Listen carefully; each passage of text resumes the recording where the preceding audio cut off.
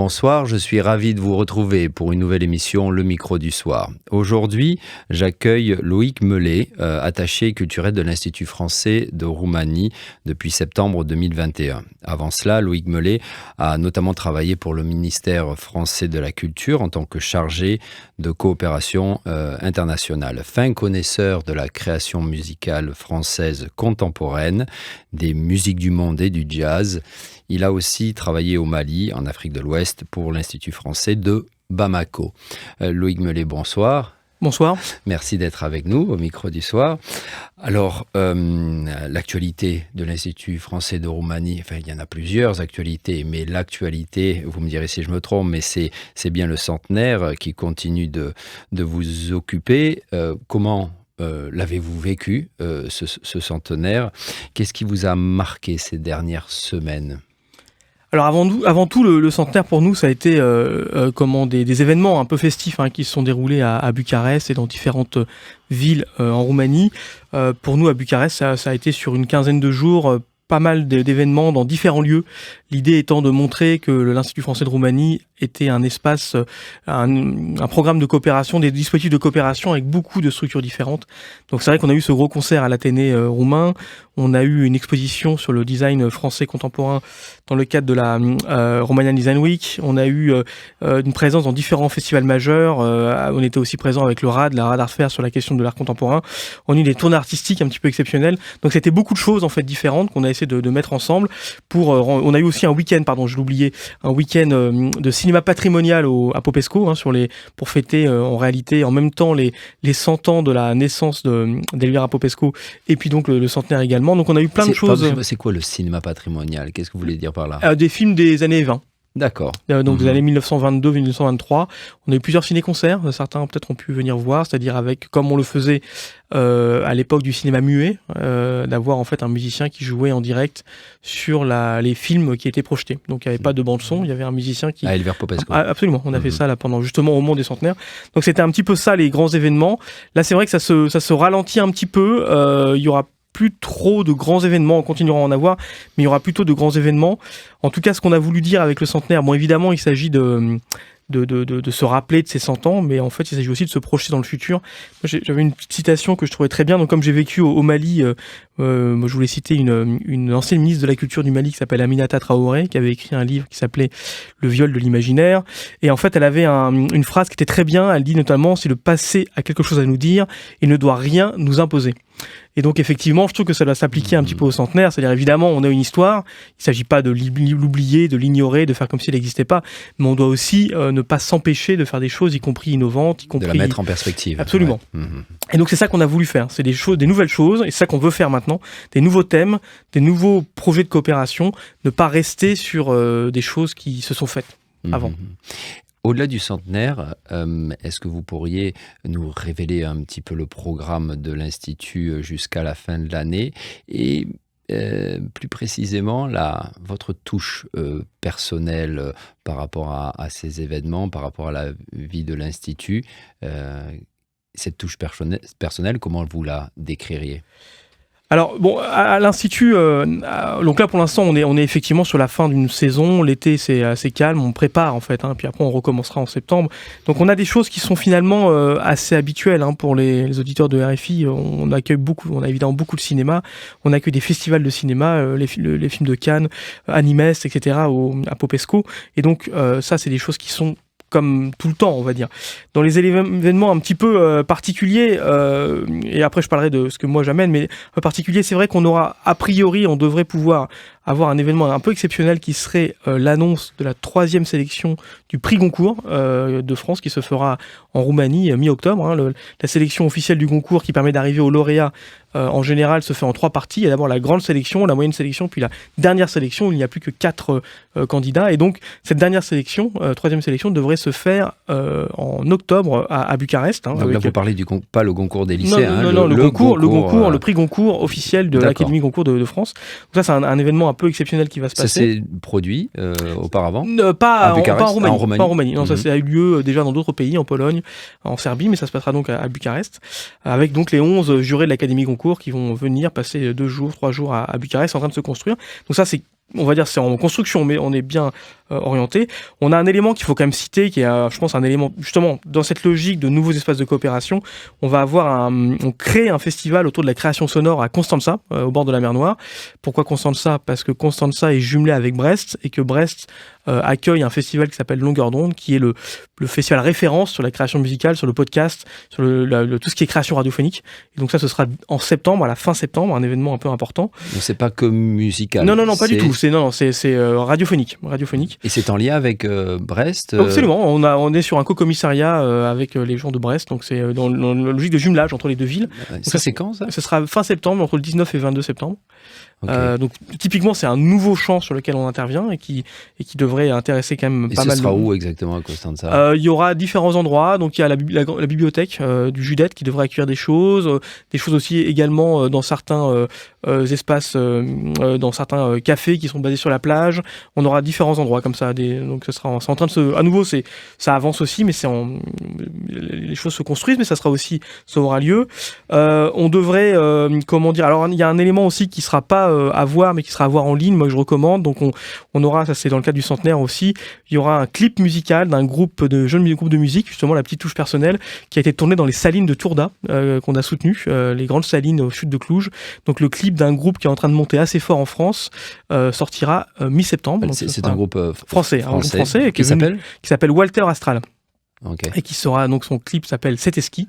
Il était tourné aux salines de Tourda avec notre soutien et donc il sortira. C'est quel genre de musique ?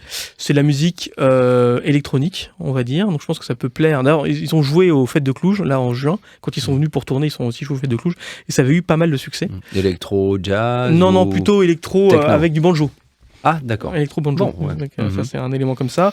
Après, on aura d'autres choses plus habituelles aussi. On poursuit la nuit de la philosophie à Timișoara. C'est des rencontres philosophiques à Timișoara. Donc, c'est des choses comme ça qu'on poursuit. Et donc, sur la petite touche, c'est la question quelque chose qu'on a mis en place depuis que je suis arrivé. En fait, en réalité, c'est le lien avec ce marché des musiques de Bucarest qui s'appelle le MMB, qui est dédié aux musiques qu'on appelle actuelles en France, où en fait, on essaie systématiquement d'avoir un groupe français qui vient et une présence de personnes qui viennent parler dans les panels. Donc ça aussi, on sera présent à ce moment-là, comme on le fait depuis 3 ans. C'est quand ?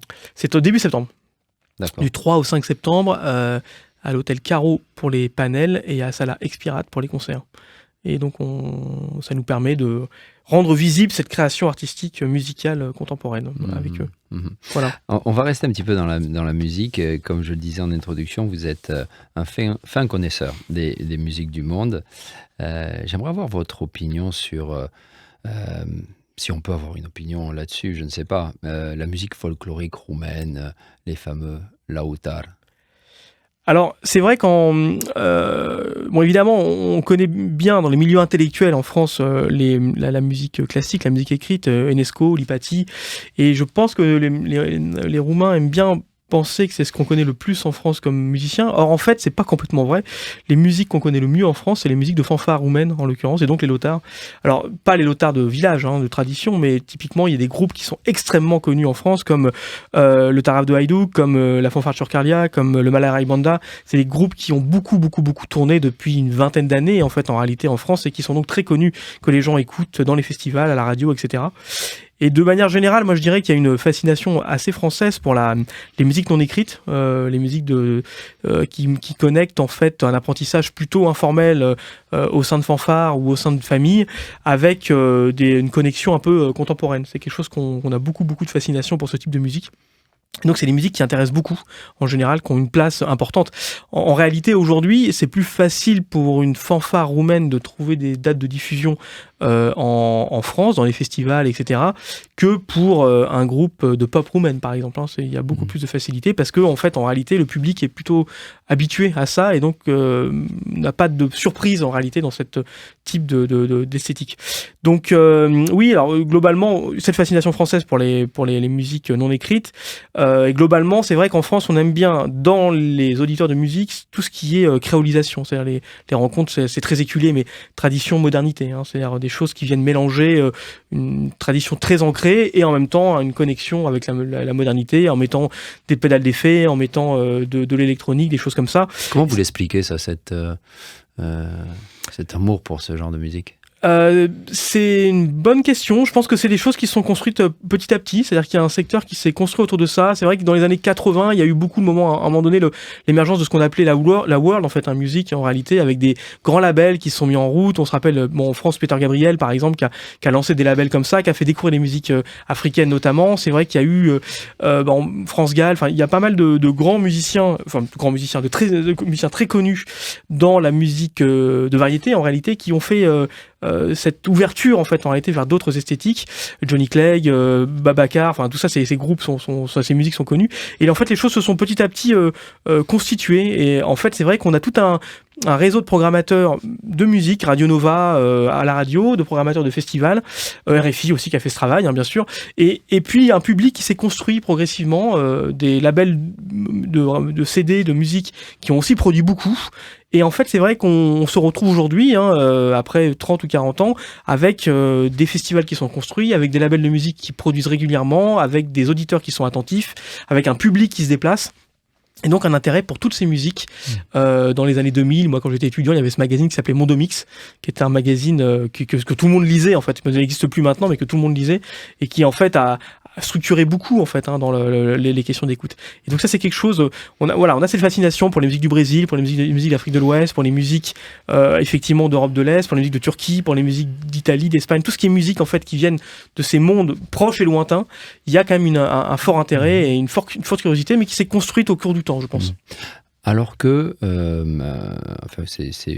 vous allez me confirmer ça ou pas, la musique française contemporaine, c'est une question. Est-ce qu'elle fait le lien entre la tradition musicale française et une certaine modernité? Est-ce que... Il y a des exemples, mais assez peu en fait, c'est vrai. Par l'accordéon de temps en temps. Oui, alors on a d'autres exemples. Yann Stivel par exemple sur les musiques bretonnes. Il y a des travaux avec tout ce qui est bagad par exemple de Bretagne. C'est vrai, avec les musiques bretonnes. Ça existe, mais c'est vrai assez peu. On a avec les chants corses par exemple. Oui aussi, absolument. Chants occitans, mais c'est assez peu. C'est assez peu. Ouais. On a plus de curiosité pour le lointain, effectivement, que pour le proche. C'est peut-être paradoxal, surtout vu le contexte, mais c'est quand même une réalité. Un petit peu en littérature également. C'est vrai qu'on aime bien on aime bien la littérature francophone, parce qu'elle est très créative. Mais les écrivains étrangers, oui, aussi. Il y a une attirance. Absolument. C'est un astronaute, l'historien de la Troisième République disait la demeure de l'homme est l'horizon.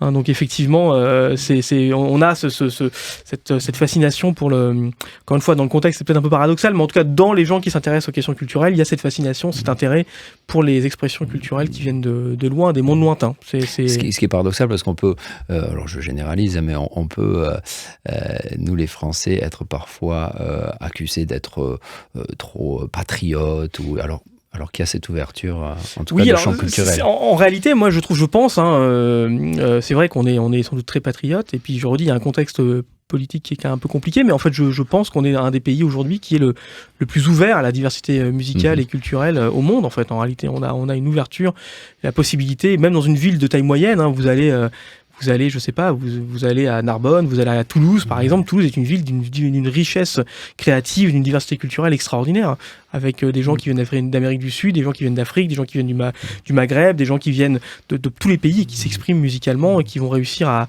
être vus par un public qui a un intérêt. Et donc tout ça, c'est des choses qui sont très paradoxales. Ce n'est pas qu'à Paris, c'est toutes les villes vous êtes à Nantes, vous êtes à Marseille, par exemple, c'est une ville d'une diversité culturelle extraordinaire.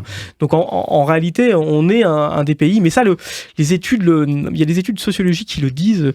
En fait, on est en même temps très habitué à la diversité et en même temps de plus en plus crispé sur une certaine forme d'identité. Donc c'est un peu paradoxal, cette réalité. Mais bon, on dit souvent aux camarades, aux amis roumains, si vous allez en France, vous pourrez voir par exemple de la capoeira, vous pourrez participer à de la samba, vous pourrez participer à des carnavals, vous pourrez écouter de la musique du Maloya de Réunion, vous pourrez découvrir de la kora ouest-africaine, vous pourrez...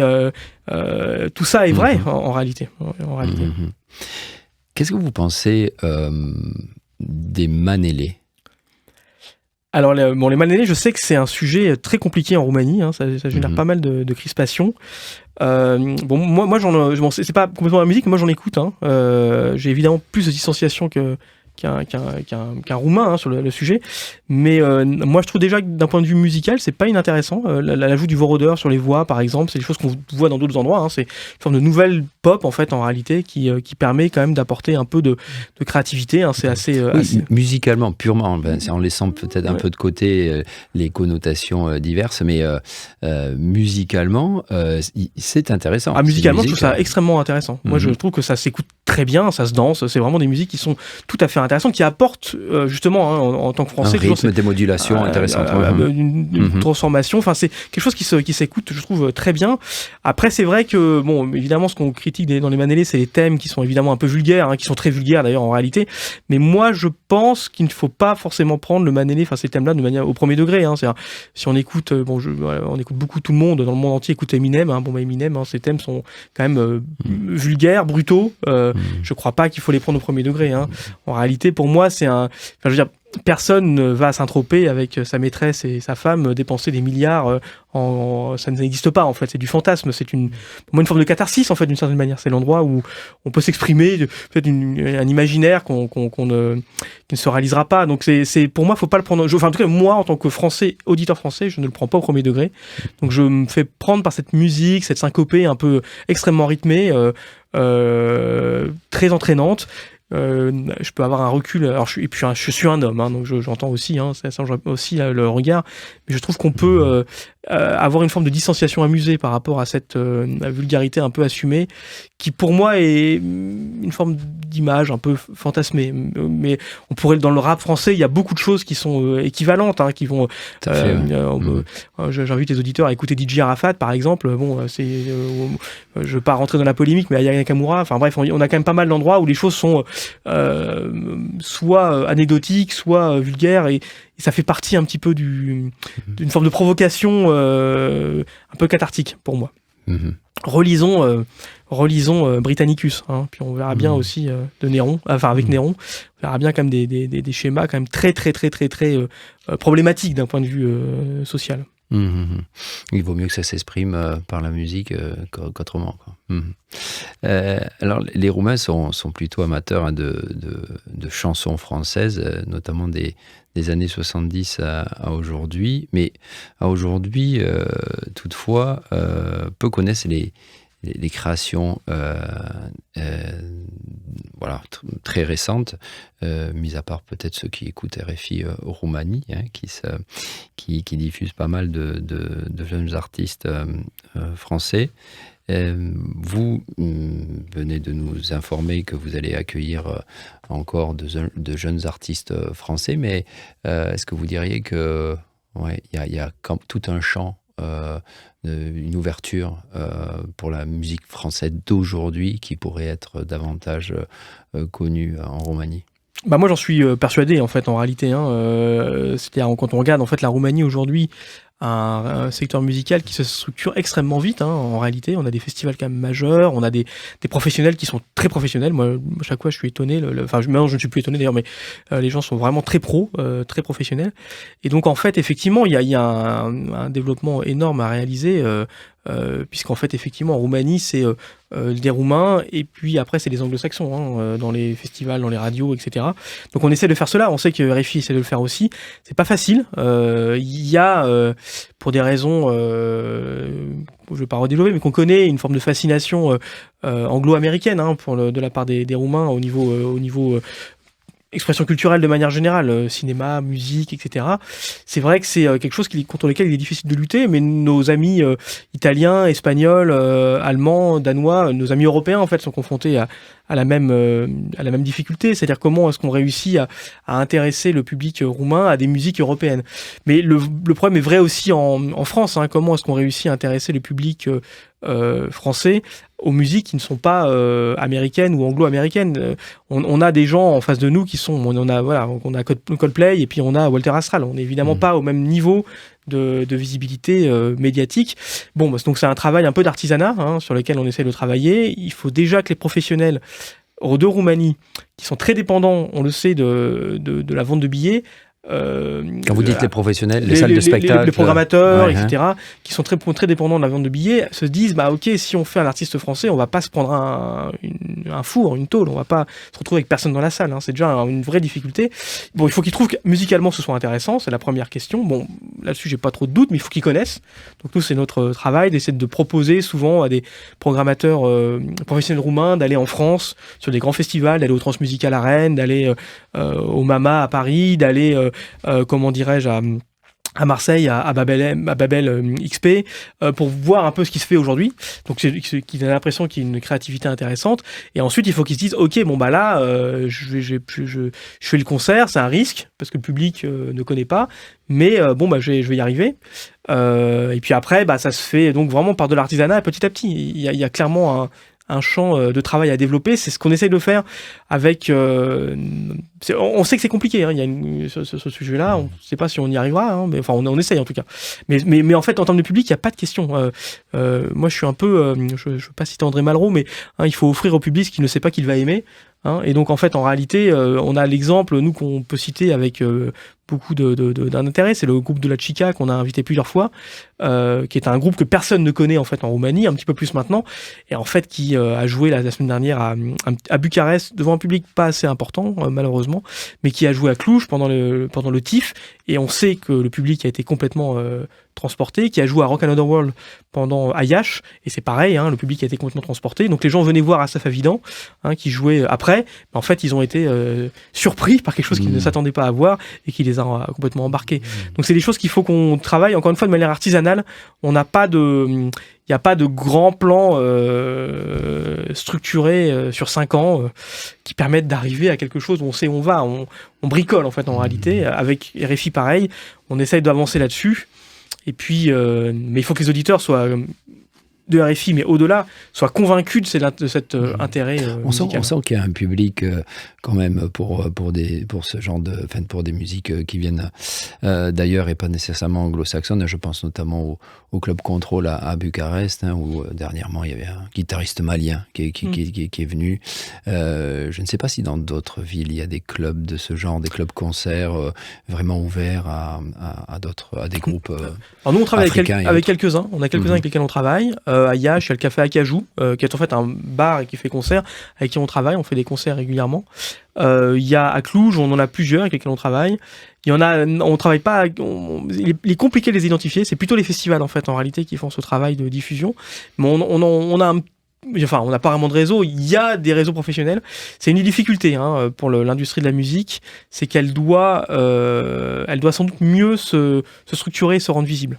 C'est-à-dire qu'on est encore dans des connaissances interpersonnelles, ce qui est très bien, mais à un moment donné, quand on veut arriver à une visibilité, une organisation plus professionnelle, et notamment se mettre en connexion avec des professionnels en Allemagne, en Italie, en France, il faut réussir à structurer. En France, on a ce qu'on appelle l'officiel de la musique, c'est-à-dire que vous avez un annuaire, où vous avez l'ensemble des salles de concert, l'ensemble des labels, l'ensemble de toute l'industrie musicale sur un document unique qu'on peut consulter en ligne. Bon, bah voilà, quand on veut construire une tournée, ça simplifie, quoi. Et peut-être davantage de petits festivals à côté des grands festivals comme Untold. Il y a quelques petits festivals de jazz, je crois, dans le pays, mais effectivement développer ces festivals niches qui ramènent... Il y en a, c'est ce qu'on souvent on dit en tout cas mais pour tout, en fait, il faut des petits, il faut des gros, parce que l'émergence elle passe dans les petits, et puis une fois que on n'est plus émergent, on passe dans les gros. Donc en fait, en réalité, l'écosystème, c'est des écosystèmes en fait. Il y a des choses qui se... Tout le monde est un peu ensemble. Sinon, le risque de n'avoir que des gros, c'est de ne plus avoir de nouvelles créations, de ne plus avoir de diversité. Donc il faut des petits, des gros, des moyens. Ce qui permet en fait de construire des carrières. On peut aussi être très gros, très important, et puis l'être moins. Une carrière artistique, ça dure normalement 30, 40 ans, donc il faut aussi qu'à un moment donné on puisse réatterrir quand on n'est plus dans le haut de la comment dirais-je, de la reconnaissance. Donc il faut qu'on soit... Donc voilà, effectivement, il faut un peu tout ça. Alors en France, c'est vrai qu'on a la chance d'avoir, par exemple, le statut d'intermittent du spectacle. Et il y a cet annuaire dont vous parlez. Je sais que vous n'allez pas pouvoir trop vous exprimer sur ce que font les autorités roumaines ou ce qu'elles devraient faire, mais en tout cas, à chaque fois que j'ai eu l'occasion de parler avec des artistes, qu'ils soient danseurs, chanteurs ou autres, on sentait un manque de soutien. Je dirais heureusement qu'il y a l'Institut français parfois, parce que il y a pas de vision de politique culturelle, et on a encore du mal. En tout cas, les autorités, semble-t-il, ont encore du mal à percevoir la culture comme quelque chose d'important. Vous, à l'Institut français, vous avez un petit peu cette stratégie, je dirais presque politique, de faire comprendre que la culture, c'est important. Oui, alors, bon, comme je le disais, il ne m'appartient pas complètement de dire ce que le gouvernement roumain doit faire, mais c'est sûr que si on veut comment dirais-je, rendre visible la culture roumaine à l'étranger, en fait, ça passe beaucoup plus aujourd'hui, dans le monde d'aujourd'hui, par des professionnels que par les autorités. C'est-à-dire, en réalité, c'est... Là, je parlais plus de soutien financier. Oui, non, j'entends. Et donc, du coup, effectivement, c'est pour avoir des professionnels qui peuvent travailler en bonne intelligence, projection aussi, avec des professionnels à l'étranger, il faut des professionnels qui ont un peu de certitude sur l'endroit où ils vont se retrouver à 2 ans ou à 3 ans. Quand on veut monter une exposition de très haut niveau international, c'est 3-4 ans de travail. Donc si on n'est pas capable de dire quel crédit on aura l'année prochaine, ça rend un peu plus difficile les choses. Quand on veut monter des tournées, c'est vrai qu'on peut réagir dans l'urgence, mais bon, on est souvent dans des obligations, un peu de voir un peu clair. Est-ce qu'on peut s'engager? Le groupe est dans l'enregistrement de son disque, ils vont le sortir en juin, on commence à tourner en octobre, on tourne entre octobre et mars, à quel moment on peut se positionner les dates. Donc tout ça, c'est plus on a de visibilité, plus on a des partenaires qui sont en capacité à avoir de la visibilité de long terme, plus c'est facile en fait de connecter ces professionnels de Roumanie avec des professionnels dans d'autres pays. Et donc en fait, c'est vrai que c'est pour nous avoir des écosystèmes culturels qui sont structurés, financés, en capacité à se projeter, ça simplifie le travail en fait en réalité, ça nous permet aussi de dire à des professionnels en France, regardez, il y a quand même un écosystème qui est solide, qui peut s'engager, ils peuvent signer des engagements, ils peuvent faire des courriers, ils peuvent dire oui, je programmais tel artiste dans 2 ans, je suis prêt à le faire, je l'ai déjà invité, etc. Ça permet beaucoup plus de choses, avoir un peu de visibilité à long terme. Et ça, effectivement, c'est sans doute encore des choses qui manquent un petit peu ici, c'est d'avoir la capacité à y voir clair au-delà de l'année en cours, quoi. Loïc Mellet, si vous voulez bien, on va terminer cet entretien par des questions un peu plus personnelles. J'aimerais savoir d'où vient votre amour pour la musique. Ça a démarré quand et comment ça a évolué, comment vos goûts ont évolué et quels sont-ils précisément aujourd'hui? Alors moi j'ai fait comme beaucoup, j'ai fait de la musique, j'ai fait de la trompette. J'ai commencé par de la trompette classique qui m'ennuyait profondément. À quel âge? J'ai commencé à 9 ans. Et je trouvais ça vraiment très ennuyant. Et donc j'ai failli arrêter. Et en fait, quand j'étais au collège, donc au conservatoire, donc à 13-14 ans, j'ai découvert l'afrobeat. Alors l'afrobeat, donc de la musique du Nigeria, où en fait on a des cuivres qui sont très puissants et qui sont... Alors il y a l'avantage de l'afrobeat, c'est on a généralement dans toutes les musiques, les groupes de fanfare en fait en réalité de cuivre, on a beaucoup de, comment dirais-je, on a 1 ou 2 solistes qui jouent très bien, et on a beaucoup de joueurs derrière qui jouent moins bien. Donc ça m'allait très bien parce que du coup ça permet en même temps de participer déjà musicalement, moi je me suis tout de suite retrouvé dans cette rythmique, dans cette énergie. Donc vous étiez adolescent, vous avez commencé à jouer de la trompette dans les groupes d'afrobeat. Absolument, moi j'ai fait des concerts de ça, etc. Et donc ça permettait, en fait, c'est vraiment très bien parce que ça permettait, tout en jouant pas très bien, ce qui était mon cas, de réussir à tenir quand même un petit peu une rythmique et de rentrer dans des musiques extrêmement puissantes, donc qui transportent. Et donc moi c'est là en fait, c'est les musiques afro, donc l'afrobeat ça vient du Nigeria, c'est Fela Anikulapo Kuti.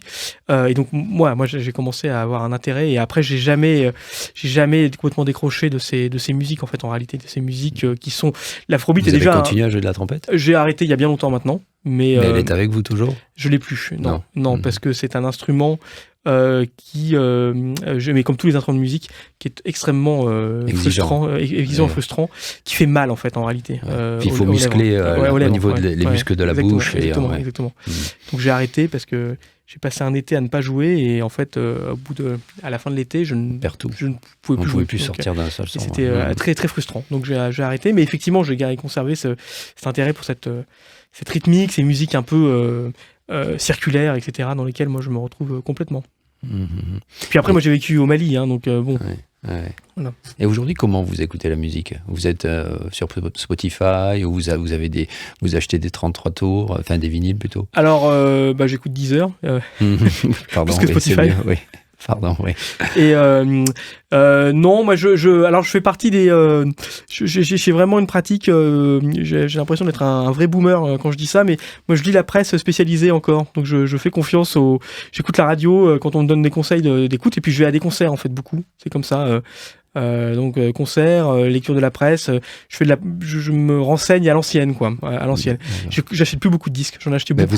Vous avez toujours une collection de vinyles ou de vinyles ou de CD? J'ai les CD, ouais, j'ai les CD, mais j'achète plus beaucoup. J'ai plus beaucoup mais vous les avez, c'est une petite collection. Ouais, je sais pas, j'ai 500 CD, je pense. Ah oui. Mais je n'achète plus. Et c'est une question que je me pose régulièrement, parce qu'en fait, je n'achète plus. J'écoute de manière numérique. D'accord. Et vous avez investi, vous avez un équipement son particulier? J'ai une chaîne, tout à fait. C'est quelque chose qui est important. Je n'écoute pas de musique au téléphone portable, je trouve ça horrible. Enfin, j'essaie d'avoir un peu des choses qui permettent d'écouter la musique dans des bonnes conditions. D'accord. Donc, partout où vous allez, j'achète quelque chose. Vous achetez sur place un bon équipement. D'accord. Et est-ce que vous, excusez-moi, ça sera la dernière question de ce genre, vous vous isolez éventuellement? Vous avez besoin d'être seul pour écouter certaines musiques? Pas forcément. C'est plutôt une musique d'ambiance Pas forcément. Pas forcément. C'est-à-dire, il est exact que, en fait, comme beaucoup, on parce sait que peut-être que pas tout le monde chez vous. Oui, absolument. Mais c'est vrai la musique, on sait, c'est la première pratique culturelle, c'est-à-dire que les gens écoutent de la musique tout le temps, en fait, aujourd'hui, au portable, au casque, etc. Donc c'est vrai qu'il y a quelque chose qui est tout le temps présent. Et puis en fait, quand on est sur quelque chose, on se dit tiens, là il y a un truc spécifique qui éveille un truc. Ça, moi généralement, je le réécoute en y mettant plus attention. C'est plutôt comme ça. On est une écoute permanente, mais encore une fois, comme tout le monde. Et quand il y a un truc, vraiment, là, je me dis, là, il y a quelque chose qui vaut le coup d'être réécouté, je le réécoute, et là, je peux écouter un même titre, je peux l'écouter, je sais pas, 30 fois, 40 fois, quoi. En me disant, vous écoutez la musique en marchant dans la rue? Non. Pas en marchant dans la rue, pas en faisant du vélo, pas en faisant de l'activité physique. Non, c'est plutôt dont j'écoute de manière immobile, en général. Ouais. Très bien. Loïc Mellet, merci beaucoup d'avoir été avec nous, de nous avoir parlé des activités qui ont eu lieu, qui vont avoir lieu avec l'Institut, et de votre décryptage de la musique que vous aimez et de la musique roumaine. Merci beaucoup d'avoir été avec nous. Merci. Merci beaucoup. Bonsoir. Chères auditrices, chers auditeurs, c'est tout pour ce soir. Je vous souhaite un excellent week-end. Week-end Placoute. Au revoir.